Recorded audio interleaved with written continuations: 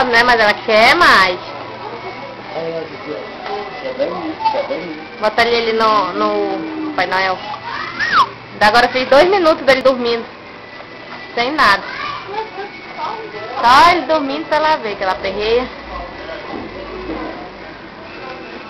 Oi, papai, já vai dormir, né? Menino mão de vaca, tá? Não abre a mão nem pra dar tchau. Cuidado aí, Marquinhos, por fio pra não virar com ele. Marco! Vai lá, Monique. Marquinhos, amanhã a gente tem que resolver isso da passagem, né? Amanhã a gente tem que resolver isso da passagem, Marquinhos. Amanhã você resolve isso. Fica aqui pro pai que como ele chega aqui, que ele tá na frente do shopping e ele quer vir aqui. Ah, é? Tá. Eu tiro a foto. Não, eu tô filmando. Primo? Tu sabe aqui onde era o Babagula? Pra ele pegar a passagem de mim. Pois é, bem, desce ela, vai, desce ela. É, bem reto aqui, aí tu vai ver...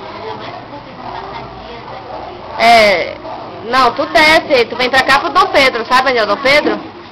E aí tu já tá na bola que tem um monte de letra. Ah, tá.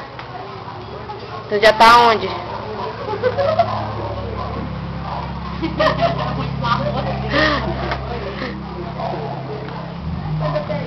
Tá, beijo. Ele disse que vai descer e vai ligar de novo. A senhora quer ficar ali um pouquinho pra tomar cena com ele? Me dê quando ele ligar o Tá, sabe, né?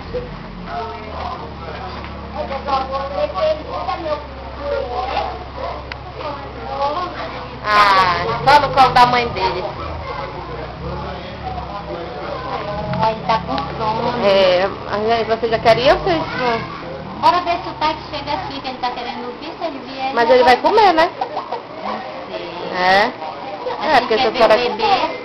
Ah, mas ele não tá mais lá na casa da avó não? Agora ele? Se mudaram? Não, tá. Ah.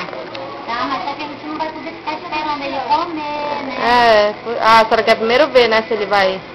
Se ele não comer, aí eu levo vocês, tá? Se ele for comer. Acho que já tem 2 minutos. Tá bom, né, pra Monique reclamar, né?